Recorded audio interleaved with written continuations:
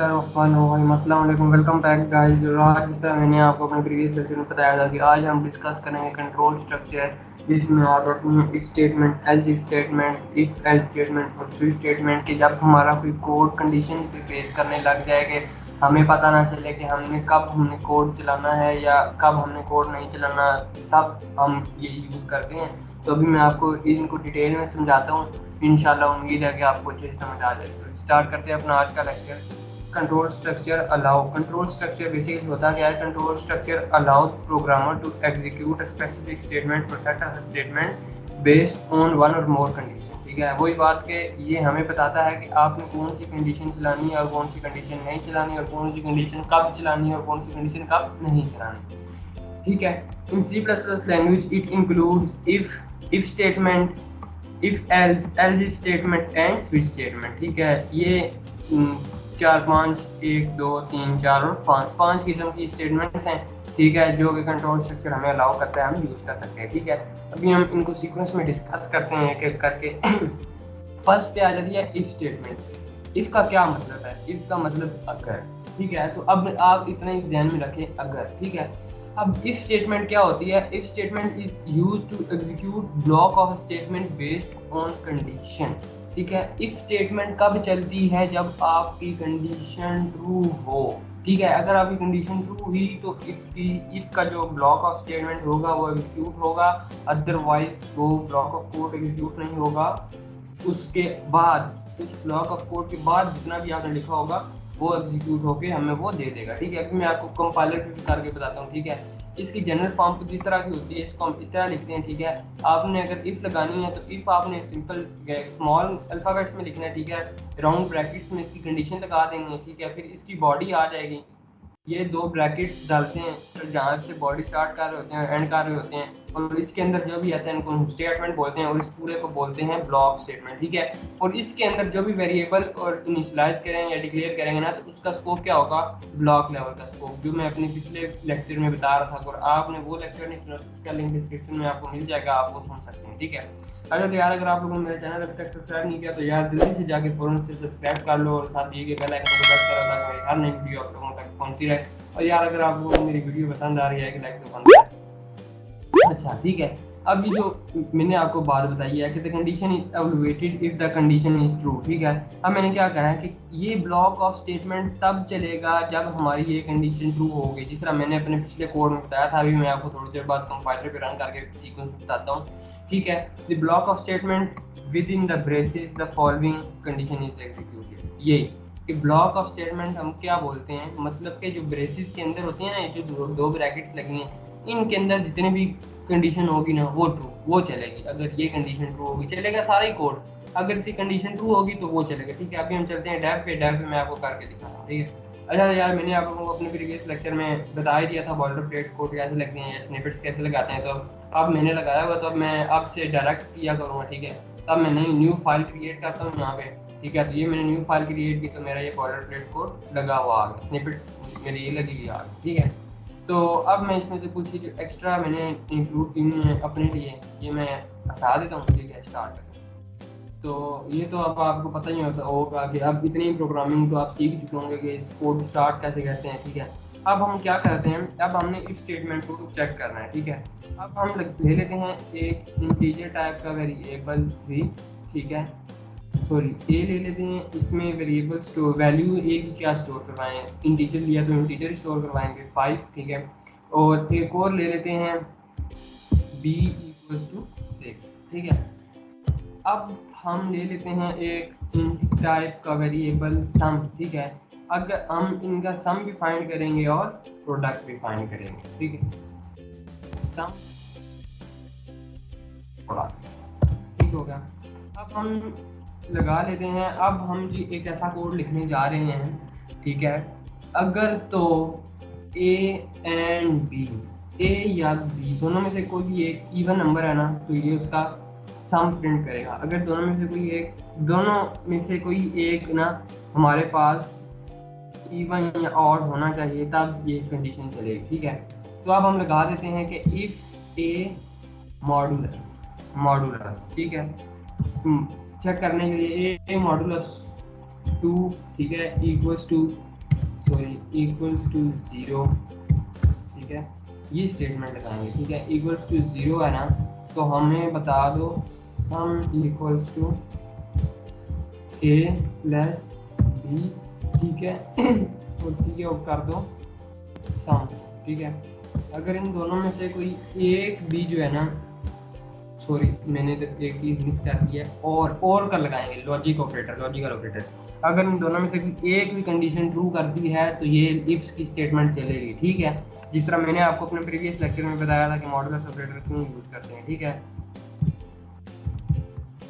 अगर दोनों में से कोई एक भी इवन है तो ये कंडीशन चलेगी, ठीक है। अब फिर इफ की स्टेटमेंट लगा लेते हैं, ठीक है। अब मैं आपको ये इसलिए दोबारा हम इफ लगा रहे हैं, ठीक है। अगर दोनों में से कोई एक भी जो है वो इवन नहीं है, ठीक है, A modulus two not equals to, ठीक है, नॉट इक्वल्स टू मतलब के 0 ना होना चाहिए, इवन नंबर नहीं है अगर हमारे पास इन दोनों में से कोई एक भी, ठीक है। अगर इन दोनों में से कोई एक भी हमारे पास इवन नंबर नहीं है ना, तो वो क्या करे, वो हमें ये वाली कंडीशन ट्रू चला के बता दे, ठीक है, not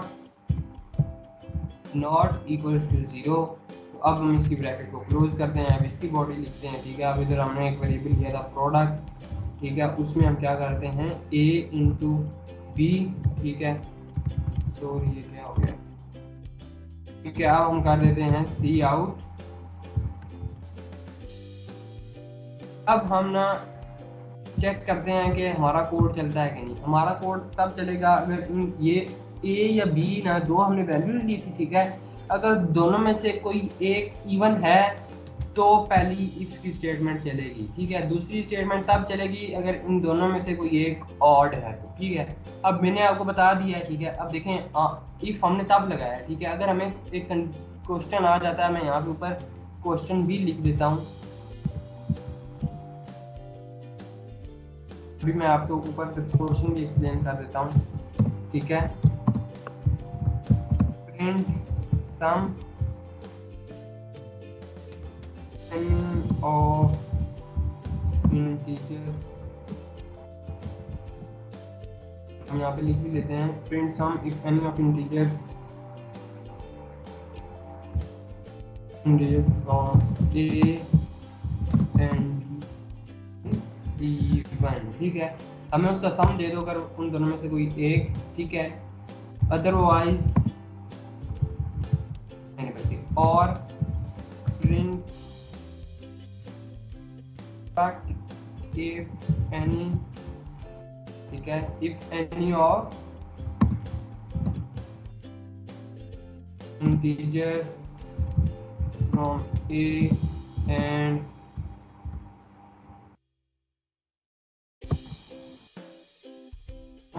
from the spelling from A and अगर इन दोनों में से कोई एक ऑड है ना तो हमें, ठीक है। अब देखिए मैंने क्या लिखा है, print sum if any of integer from a and b is even. हमें दो वेरिएबल लो, ठीक है। अब दो वेरिएबल हम ले लेंगे, उनमें वैल्यू स्टोर करवा देंगे या हम यूजर से भी ले लें, वो कोई इतना इशू नहीं है, ठीक है। अगर आप यूजर से लेना चाहते हैं तो आप वो भी कर सकते हैं, ठीक है। अब मैंने कहा कि जी प्रिंट सम, अगर दो इंटीजर्स लो अगर वो इवन है, उनमें से कोई एक भी इंटीजर इवन है ना तो हमें उसका सम प्रिंट करके दे दो।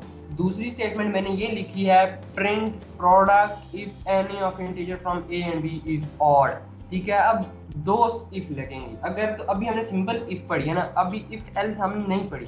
जब हम इफ एल्स पढ़ लेंगे ना तो फिर मैं आपको बताऊंगा कि कौन सी वाली अच्छी है। सारी ठीक है, जो आपको इजी लगे आप वो लगाएं, इसमें कोई इतनी नहीं है, बट हमने पढ़नी तो सब ही है, ठीक है। तो मैंने कहा दिया अगर इन दोनों में से कोई एक इवन है ना तो वो लगा दें, तो दोनों में से कोई एक, तो और ऑपरेटर लगाएंगे हम, लॉजिकल और ऑपरेटर। मैंने आपको बताया था कि लॉजिकल और ऑपरेटर क्या करता है, इन दोनों में से कोई अगर एक कंडीशन भी ट्रू है तो ये चलेगा। लॉजिकल और ऑपरेटर का ट्रूथ टेबल मैंने आपको बताया था कि अगर दोनों में से कोई एक वेरिएबल भी ट्रू है या एक कंडीशन भी ट्रू है तो उसका रिजल्ट ट्रू आएगा, ठीक है। बट अगर हम यहाँ पे एंड लगा दें फिर इन दोनों स्टेटमेंट्स का ट्रू होना जरूरी है, तब ये कंडीशन चलेगी, ठीक है, अदरवाइज ये नहीं चलेगी। अब हम इसको रन करके देखते हैं कि जी हमारा कोड चलता है कि नहीं। होप तो कोई एरर ना दे रहा हो, ठीक है। इसको हम सेव भी कर लेते हैं अपने लेक्चर 9 के नाम। ठीक है, ये हमारा आज का लेक्चर 9 है। सेव भी कर लिया, ठीक है। अब देखें, इसको देना चाहिए सम भी और प्रोडक्ट भी प्रिंट करके देना चाहिए। ये क्या कह रहा है जी, product was not declare in this scope. Product, okay, spelling mistake, ये देख ले, मैंने आपको कहा था अगर हल्की फुल्की भी स्पेलिंग मिस्टेक हुई तो हमारा कोड नहीं चलेगा। ओके ब्रो, ठीक है, डबल लगा देते हैं, कोई मसला नहीं है, अब चलना चाहिए इसे। तो देखें, ये देखें, हमारे पास इसका आंसर बिल्कुल सही आ रहा है, 5 + 6। 5 में सम करते हैं 6 तो हमारे पास आंसर क्या आना चाहिए, 11। ठीक है, वो हमारे पास सम प्रिंट करके दे रहा है। अगर हम इसका प्रोडक्ट देखें 5 × 6 क्या आंसर आता है हमारे पास, 30। ठीक है, ये तो हो गया सही। ठीक है, अब हमने ये तो देख लिया। ठीक है, अब इसके बाद ना हम आते हैं अपनी दोबारा इधर। तो अब हम देखते हैं इफ एल्स क्या आते हैं। ठीक है, if else, the if else statements allow making decision between two courses of action based on condition। ये वही बात, ये हमें तब लगाते हैं जब हमने कोई दो कंडीशंस के बीच चेक करना हो। जिस तरह अभी हमने थोड़ी देर पहले दो कंडीशंस के बीच में चेक किया था, इसी तरह हमारा ये जिस तरह हमने अभी दो कंडीशन के बीच में चेक किया कि यार अगर एक सम इवन है तो हमें सम प्रिंट करके दे दो, अगर दूसरा ऑड है तो हमें प्रोडक्ट प्रिंट करके दे दो। तो इसी तरह अगर हमने तब उधर दो जवाब हमने इफ लगा दिया, बट अब हमें ये क्या कहता है, यार अगर हमने एक दफ़ा इफ लगा दिया तो दूसरी दफ़ा हम एल्स लगा देते हैं। सम के लिए हम कह देते हैं कि यार अगर दोनों में से कोई एक इवन है ना तो हमें ये करके दे दो, अगर दोनों में से इवन नहीं है ना, ठीक है, दोनों में से इवन के लिए तो हमने ये लगा लिया। एल्स हम ये कह देते हैं कि ठीक है यार दोनों में से कोई इवन है तो ठीक है, अगर दोनों में से कोई एक इवन है, देखें दोनों में से कोई एक इवन है, ठीक है, उसके लिए हम इफ लगा देते हैं। बट अगर हम क्या उसके लिए एल्स लगा सकते हैं कि दोनों में से कोई अगर ऑड है, एल्स में तो कोई कंडीशन ही नहीं लगाते, एल्स तो ऑटोमेटिकली चलता है, अगर ये कंडीशन फॉल्स है तो फिर इसने चलना है। ठीक है, तो एल्स में तो हम कोई कंडीशन नहीं लगा सकते। एल्स का भी कोड मैं अभी आपको करके दिखाता हूँ। ठीक है, अभी हम यहाँ से अपना डेव ओपन कर लेते हैं। ठीक है, यहाँ से ये भी हमने अपना डेव ओपन किया है। ठीक है, अभी इसको ओपन होना चाहिए, ओपन हो गया। अब यहाँ से हम अपनी वही पुरानी वाली फाइल ओपन करते हैं। ठीक है, लेक्चर 9 वाली, ये देखें। ठीक है, अभी हमने ये कर दिया। अब ना मैं इस सारे को ना कमेंट कर देता हूँ, ये जितना भी मैंने लिखा हुआ है। ठीक है, ये जितनी भी मैंने जितना कुछ भी मैंने लिखा हुआ इसको हमने कर दिया। ठीक है, ये तो हो गया हमारा इफ वाला, इफ स्टेटमेंट। ठीक है, मैं यहाँ पे ऊपर कमेंट भी कर देता हूँ, ये हमारी हो गई इफ स्टेटमेंट। अब हमने ये इफ स्टेटमेंट लिख लिया, अब हम यहाँ पे करने जा रहे हैं क्या, एल्स इफ स्टेटमेंट। ठीक है, एल्स। ठीक है, अब हम यहाँ पे कहते हैं कि यार यूजर ने हमें कहा है दो नंबर लें, इंट ए, ठीक है, और बी ले लें। ठीक है, और उनकी वैल्यू जो है आप वो यूजर से लो, enter the A and B. ठीक है, अगर सी इन भी करवा देते हैं, सी इन तो सी आउट का तो आपको भी पता चल ही जाना चाहिए था कि कैसे करते हैं। ठीक है, अब वो हमें कहता है कि दो वेरिएबल लो, उनकी वैल्यू यूजर से लो। ठीक है, अगर तो वो दोनों सम वेरिएबल जो है वो इवन है, ठीक है, तो मुझे सम प्रिंट करके दे दो, अदरवाइज कह दो कि बोथ दोनों में अगर तो है ना सम और इवन है तो मुझे इसका सम प्रिंट करके दे दो, अदरवाइज मैसेज कर दो कि दोनों में से कोई एक जो है वो इवन नहीं है, तो इस वजह से हमने सम प्रिंट करके नहीं लिया। तो तब इस जगह पे हम इफ एल्स लगा सकते हैं। ठीक है, अब यहाँ पे हम लगा देते हैं इफ। ठीक है, मैं कह देता हूँ कि जी ए मॉडुलस 2 इक्वल्स टू 0। अब यहाँ पे एंड आएगा, क्या दोनों अगर इवन है, दोनों इवन है मतलब इसकी दोनों कंडीशन ट्रू होनी चाहिए। ए मॉडुलस, ठीक है, मॉडुलस कुछ दिन मैंने आपको बताया था कि मॉडुलस क्या होता है, रिमाइंडर 0 गिवन करता है। ठीक है, रिमाइंडर जो गिवन करता है। अब जिस तरह किसी भी वैल्यू को 6 को 2 से डिवाइड करेंगे, 2 × 6 कितने टाइम होता है, 3 टाइम होता है, तो 2 × 3 6 आ जाएगा, तो इसका जो रिमाइंडर बचेगा वो हमारे पास क्या बचेगा, 0। तो इसलिए हम इधर रिमाइंडर लिखते हैं। ठीक है, अब इधर हम और लिख देते हैं एंड मनी और बी इक्वल टू 0। अगर बी हमारे पास क्या है, इवन है, तो हमें इसका क्या करके दे दो, सम प्रिंट करके दे दो। ठीक है, अब हम यहाँ पे डायरेक्ट लिख देते हैं सी आउट सम इज, ठीक है, cout sum is A plus B. ठीक है, ये हमने इसका सम प्रिंट करके दे दिया। एंड एल भी लगा लेते हैं। मैंने अपने लास्ट लेक्चर में कहा था कि अगर हम एंड एल लगाएं तो हमें कितनी जलालत होती है। ठीक है, एल्स, अब एल्स करते हैं। एल्स का सिंटैक्स ये है, ये देख लें, गौर से देख लें। एल्स में कोई स्टेटमेंट नहीं आती, इफ में लगाते हैं। एल्स में कोई स्टेटमेंट कंडीशंस नहीं आती, कंडीशन नहीं चेक करती।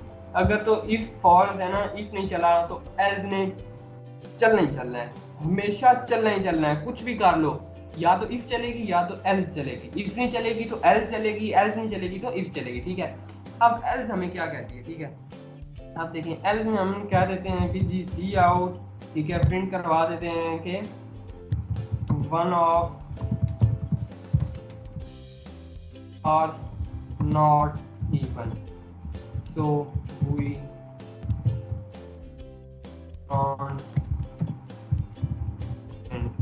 ठीक होगा जी। हम कह दिया कि जी आपने जो हमें दो वैल्यूज दी हैं उनमें से कोई एक जो है वो नहीं है, इवन नहीं है, तो इस वजह से हम आपको नहीं दे रहे प्रिंट करके। अब एंड पे रिटर्न जीरो मस्ट है, ना भी लिखें, but it's a good habit and good practice. तो ठीक है, अब ये हमें क्या कह रहा है जी, योर प्राइमरी, अभी हमने यहाँ पे कोई एरर कर दिया हुआ है, अब वो हमें ढूंढने में टाइम लगेगा। देख लेते हैं हमने क्या एरर लगाया। ठीक है, इंट मेन ए बी, ठीक है, cin A B if A modulus 2 equals to 0 and B modulus 2 equals to 0। ठीक है, कोई एरर ऐसा मुझे तो नज़र नहीं आ रहा, बट फिर भी हम इसको कंफर्म कर लेते हैं कि हमारे पास क्या एरर आ रहा है।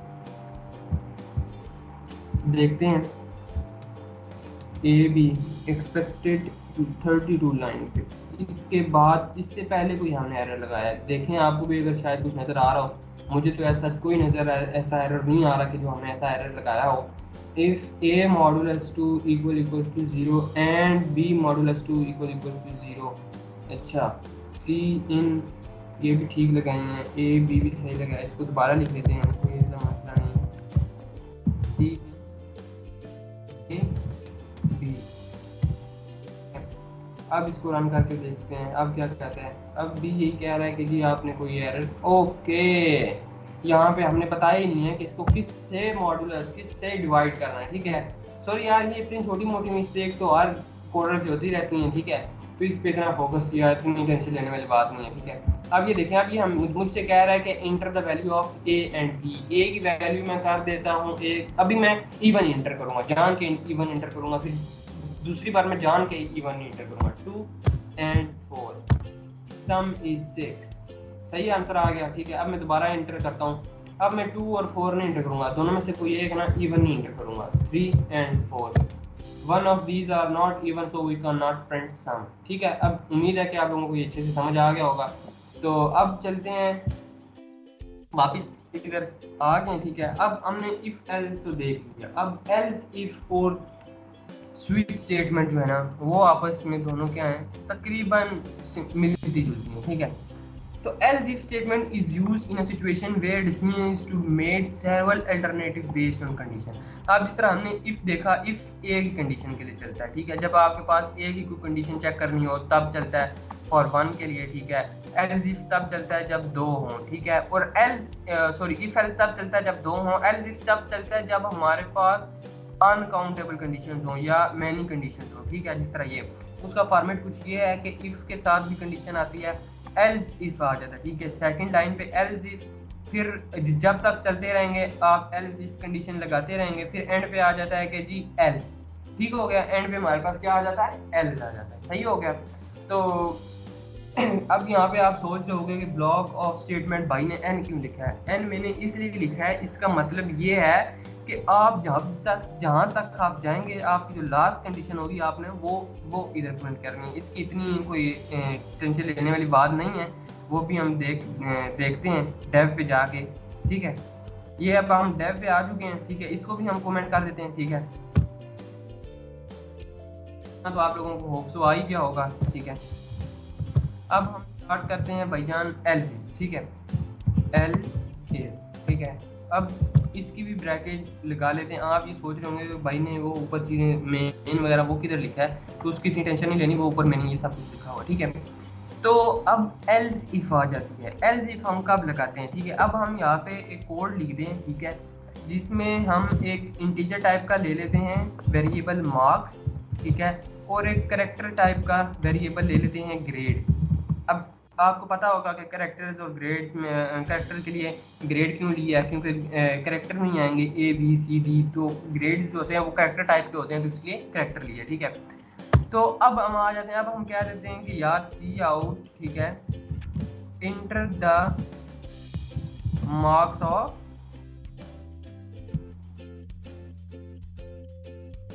स्टूडेंट। हमें स्टूडेंट के नंबर इंटर करके बताओ कितने हैं, जितने तुम्हारे स्टूडेंट के नंबर हैं, ठीक है। अब हम क्या देते हैं कि यार सी इन मार्क्स, ठीक हो गया, सी इन मार्क्स हमने दे दिया, ठीक है। अब हम क्या देते हैं कि अब हमने बताना है कि जी हमने स्टूडेंट को कौन सा ग्रेड देना है, ठीक है, ए देना है, बी देना है, सी देना है, डी देना है। अगर हम इफ लगाएंगे तो वो फिर बार बार ए की लगानी पड़ेगी। If marks is greater then इतने हैं तो उसको ए दे दो, फिर लगाएंगे if marks is greater then, वो मुश्किल हो जाता है। मुश्किल क्या, अगर आपको वो इजी लगता है करें, बट अल्टरनेटिव वे है जो कोड सी प्लस प्लस हमें सिखाती है, गुड प्रैक्टिस है, आप वो करें, क्यों आप मुश्किल की तरफ जा रहे हैं, ठीक है। अब हम यहाँ पे लगा लेते हैं इफ, ठीक है, जो हमने ऊपर लगाया लिया हुआ मार्क्स, ठीक है, ग्रेटर और इक्वल्स टू 80। अगर उस स्टूडेंट्स के मार्क्स जो है ना ग्रेटर और इक्वल्स टू 80 है ना, तो हम ग्रेड में एक कैरेक्टर स्टोर करवा देते हैं। मैंने आपको पहले बताया था कि कैरेक्टर को आपने सिंगल कोट्स में स्टोर करवाना है, ठीक है। कैरेक्टर ए स्टोर करवा दी, हम सी आउट करवा देते हैं ग्रेड ऑफ स्टूडेंट इज, ठीक है। हमने कहा दिया जी कि अगर तो उसके मार्क्स जो है ना वो इतने से ज़्यादा हैं तो हमें ये प्रिंट करके दे दो, ठीक है। अब हम नेक्स्ट लाइन पे लिखते हैं एल्स वो स्टेटमेंट गलत है, फिर ये चलाओ, ठीक है। फिर अब हम कहते हैं मार्क्स ग्रेटर और इक्वल टू 70। अगर मार्क्स 70 से ज़्यादा 80 से ज़्यादा नहीं है, ठीक है, तो फिर 70 से ज़्यादा होंगे। अगर फिर आगे हम थोड़ा आगे चलते हैं, ठीक है। फिर हम ग्रेड में स्टोर करवा देते हैं ग्रेड इक्वल्स टू बी, ठीक है। इसके एंड पे भी सेमी कॉलन लगा लेते हैं। सी आउट हम कर देते हैं grade of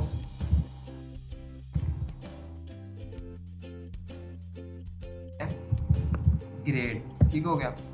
grade of student is, हमने क्या लिया कि जी अगर तो उसके मार्क्स 70 से ज़्यादा हैं तो उसको बी ग्रेड दे दो। अब इसी को कॉपी करते हैं, आप बार बार लिखने की ज़रूरत ही नहीं है।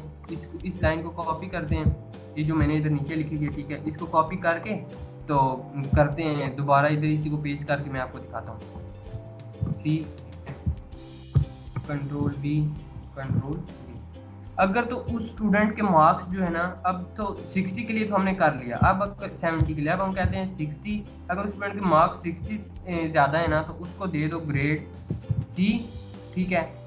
अगर उस स्टूडेंट के मार्क्स जो है ना, तो ये क्या हो रहा है, अच्छा, उस स्टूडेंट के मार्क्स 50 से ज़्यादा है ना तो उसको दे दो ग्रेड डी, ठीक है।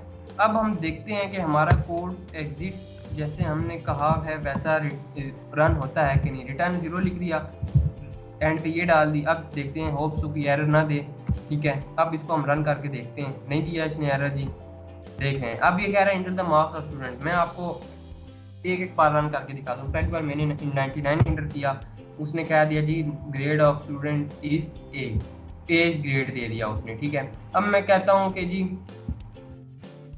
अब मैं इससे कहता हूँ कि जी दोबारा रन के करके दिखाता हूँ। अब मैं ना क्या इसको बोलते हैं वो ये चाहिए एरर इसलिए दे रहा है कि एक आउटपुट ऑलरेडी एग्जिस्ट कर रही, ठीक है। अब ये कह रहा है कि जी enter the marks of student. अब मैं मार्क्स ऑफ स्टूडेंट जो है ना वो करके दिखाता हूँ आपको 56, ठीक है, 56 करके दिखा दिया। अच्छा, दोबारा रन कर लेते हैं। आज मेरा सिस्टम हैंग हो रहा है, पता नहीं किस वजह से। अब मैं इसको 56 रन करके बताता हूँ इसका क्या कह रहा है। Grade of student is D, देखें मार्क्स, ठीक है। तो एल्स स्टेटमेंट का कुछ इस तरह का अल्टरनेटिव है। अगर आपको अभी भी समझ नहीं है तो टेंशन लेने की इतनी बड़ी बात नहीं है। इंशाल्लाह हम आहिस्ता आहिस्ता जब इनको अपने लेक्चर्स में डिस्कस करेंगे तो आ जाएगी, ठीक है।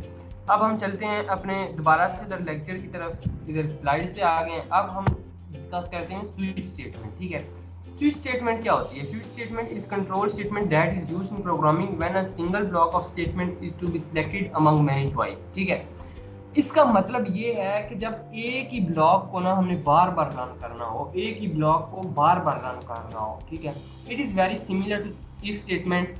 ठीक है, इसकी कुछ जनरल फॉर्म ये है। इसको हम लिखते कैसे हैं? हम पहले लिखते हैं स्विच का कीवर्ड, इसकी राउंड ब्रैकेट्स में या तो कोई एक्सप्रेशन लिख देते हैं जो हमें कंडीशन गिवन होती है, वो भी थोड़ी देर में आपको बताता हूँ, या वेरिएबल लिख देते हैं। ठीक है, इसके बाद हम लिखते हैं केस, इधर कुछ भी लिख सकते हैं, केस ए, केस बी, केस सी, केस डी। ठीक है, या केस 1, केस 2, केस 3, वो आपकी अपनी मर्जी। ठीक है, जो भी फिर वो आप उस हिसाब से लगाएंगे कि अगर आपने ए एंटर करना है तो फिर ये केस चलेगा, अगर आपने बी एंटर करना है तो ये केस चलेगा, अगर आपने 1 एंटर करना है तो ये केस चलेगा, अगर आपने 2 एंटर करना है तो फिर आपका ये केस चलेगा। ठीक है, तो यहाँ पे ब्लॉक ऑफ स्टेटमेंट मतलब कि अगर आपने 1 एंटर किया तो आप चाह रहे हो कि ये वाली कंडीशन चले, तो फिर आप यहाँ पे जो कुछ भी प्रिंट करवाना चाह रहे हो वो लिखेंगे। फिर उसके बाद ब्रेक का कीवर्ड और एंड पे सेमीकोलन इसलिए लगाते हैं कि जब ये कंडीशन चल गई, ब्रेक का उसने कीवर्ड देखा, उसने आगे जो भी है आगे नहीं चलना, उसने वापस चले जाना है, बस उसने प्रिंट करके कोड को खत्म कर दिया। ठीक हो गया। अब हम चलते हैं वापस डेव पे, उधर मैं आपको करके बताता हूँ। ठीक है, इसको भी हम कर देते हैं कमेंट्स। ठीक है, अच्छा तो यार अगर आप लोगों को मेरी वीडियो पसंद आ रही है, एक लाइक तो बनता है, इतनी मेहनत कर रहे हैं इंसान, एक लाइक तो बनता है यार। आपकी लाइक करने से कुछ नहीं जाना। हाँ, मुझे जरूर, मेरा जरूर उसका चैनल, मुझे ये भी समझ आ जाएगी कि यार आप लोगों को मेरी वीडियो पसंद आ रही है और समझ भी आ रही है। ठीक है, अब हम यहाँ पे लिख देते हैं जी स्विच स्टेटमेंट। ठीक है, ब्रैकेट्स हम लगा देते हैं जी। अब मैं आपको कहता हूँ कि जी हम ना अगर यूजर 1 प्रेस करे ना तो मुझे वीक ऑफ डेज प्रिंट करो। 1 से लेके 7 तक यूजर से वैल्यूज लो, अगर वो 1 एंटर करे तो मंडे करो, अगर 7 एंटर करे तो संडे करो, अगर 3 एंटर करे तो वेडनेसडे करो। ठीक है, अगर 2 एंटर करे तो ट्यूसडे प्रिंट करो। ठीक है, तो अब हम अपना कोड लिखते हैं, एक वेरिएबल ले लेता हूँ मैं इंट ए। ठीक है, इसमें अगर यार आप लोगों को नहीं भी समझ आ रही ना तो मेरे नीचे दिए गए सोशल लिंक पे आप मुझसे कांटेक्ट कर सकते, क्वेश्चन पूछ सकते हो। ठीक है, कोई परेशान होने वाली बात नहीं है। ठीक है, एंटर एंड अब हम इसको साथ लिख भी देते हैं कि यार 1 से लेकर 7 तक को एंटर करो। ठीक है, ताकि हम पता चले कि हमने अगर यूज़र 8 में एंटर कर सकता है बट हमें 8 से कोई लेना देना ही नहीं है। ठीक है, अब हम यहाँ पे कर देते हैं जी सी इन ए। यहाँ तक तो काम हो गया हमारा सिंपल, ये तो हम करते आ रहे थे। अब आती है लॉजिक, SWITCH, स्विच का कीवर्ड लिखते हैं। ठीक है, स्विच का कीवर्ड हमने लिख दिया। इसके बाद मैंने आपको कहा था या वेरिएबल होना चाहिए या कांस्टेंट होना चाहिए। अब यहाँ पे हमने ए एंटर करना है। ठीक है, ए हमने क्यों डालना है? क्योंकि हम चाह रहे हैं कि जो वैल्यू हम एंटर करें ये कंडीशन उसके लिए चले। अगर हम 1 एंटर करेंगे तो ये कंडीशन उसके लिए चलेगी, 2 एंटर करेंगे तो कंडीशन उसके लिए चलेगी। तो अब हम यहाँ पे लगा देते हैं केस 1। अगर तो हम 1 एंटर करते हैं ना तो हमें ये कह देगी जी सी आउट मंडे। ठीक हो गया, मंडे एंटर कर दें और फिर ये क्या कर दें, ब्रेक कर दे। ब्रेक क्या करती है कि आपकी कोड को ना स्टॉप कर देती है और ख़त्म कर देती है। नेक्स्ट लेक्चर में ब्रेक और कंटिन्यू स्टेटमेंट में आपको डिटेल से बताऊंगा। ठीक है, उसके बाद आ जाता है जी केस 2। ठीक है, जिसमें हम कह देते हैं कि जी सी आउट से। ठीक है, तो हो गया। अब इसकी हम कह देते हैं जी ब्रेक, ये भी लगा देते हैं। अब ब्रेक को हम एक काम करते हैं, कॉपी कर लेते हैं। बार बार क्या लिखेंगे ब्रेक को, सॉरी ये क्या हो रहा है। अच्छा ठीक है, ब्रेक को एक ही बार कॉपी कर लेते हैं। ठीक है, अब हम क्या देते हैं जी केस 3 के लिए ना, केस 3 के लिए हमें क्या करके दो यार, मैं यहाँ पे काम करता हूँ 3 ले लेता हूँ, ज़्यादा लंबा नहीं करना चाहता मैं इस वीडियो को, आगे बहुत लंबी होती है। ठीक है, केस 3 के लिए हमें क्या करके दो जी, वेडनेसडे करके दे दो। ठीक है, फिर एंड पे लगा दो ब्रेक। ठीक है, ठीक हमने लगा दिया। एंड पे एक स्टेटमेंट आती है जिसको हम बोलते हैं एल्स। ये तो सारी इफ स्टेटमेंट चल रही थी। ठीक है, इनको आप इफ स्टेटमेंट में भी अगर करना चाह रहे हैं तो वो भी चल सकती है, बट एल्स स्टेटमेंट लगाना लाजमी है, जिसको हम बोलते हैं स्विच में डिफ़ॉल्ट का मतलब क्या है कि अगर वो स्टेटमेंट सारी नहीं एग्जीक्यूट हो रही ना, ये एग्जीक्यूट हो, ठीक है। फिर हम कह देते हैं cout number is greater than 3, ठीक हो गया। अब इसको भी करके इसके एंड पे भी ब्रेक लगा के हम ये इसकी बॉडी से बाहर आ जाते हैं, इंटर लिख लेते हैं रिटर्न 0, इसको रन करते हैं, एंड पे इसकी बॉडी को क्लोज करते हैं, होप सो रन होना चाहिए। ये क्या कह रहा है जी, ओके ब्रेक वॉज ओके, ये देख लें, ये तो मैंने कहा था हम कोडिंग वालों की हालत है। सी अच्छा इधर भी एक मैंने एरर डाल दिया, ठीक है। अच्छा तो चलते हैं, अब रन करते हैं इसको, BRE होता है, ओके। देख लें, आपको मैं बार बार इसलिए बता रहा हूँ कि ये देखें, अगर स्पेलिंग मिस्टेक करेंगे, कुछ भी करेंगे, तो केस सेंसिटिव लैंग्वेज ये रन नहीं होगी, इसलिए इस चीज़ पे फोकस करना है, ठीक है। अब पहले मैं आपको एक इसी में से एक वैल्यू लेके इंटर करता हूँ, 2 इंटर किया है मैंने, तो इसने मुझे ट्यूसडे प्रिंट करके दे दिया। देख लें, इसने बिल्कुल एग्जैक्ट 2 इंटर प्रिंट करके दे दिया, ठीक है मुझे। अब ना मैं आउट ऑफ 3 प्रिंट करके 3 से ज़्यादा कोई वैल्यू लेके देता हूँ, 5 करता हूँ, नंबर इज ग्रेटर देन 3। देख लें जी। तो गाइस आज का लेक्चर मुझे आपको कैसा लगा कमेंट्स में मुझे ज़रूर बताएं। आज के लेक्चर में यार मैंने बहुत मेहनत की है, उम्मीद है आप लोगों को समझ आ जाएगी। अगर आप लोगों ने मेरा चैनल अभी तक सब्सक्राइब नहीं किया तो यार जल्दी से कर लो, बहुत काम आने वाला है। बहुत काम की चीज़ें आगे जाके बताने वाला हूँ। अगर आप C++ सीखना चाहते हो तो फ़ौरन से जाके चैनल सब्सक्राइब करो, साथ बेल आइकन को प्रेस करो और फ़ौरन से जाके लाइक को प्रेस करो, ठीक है। तो मिलते हैं यार अपने नेक्स्ट वीडियो में, जिसमें मैं आपको ब्रेक और कंटिन्यू स्टेटमेंट बताऊंगा। आज तक के लिए इतना ही काफ़ी है। अल्लाह हाफ़िज़।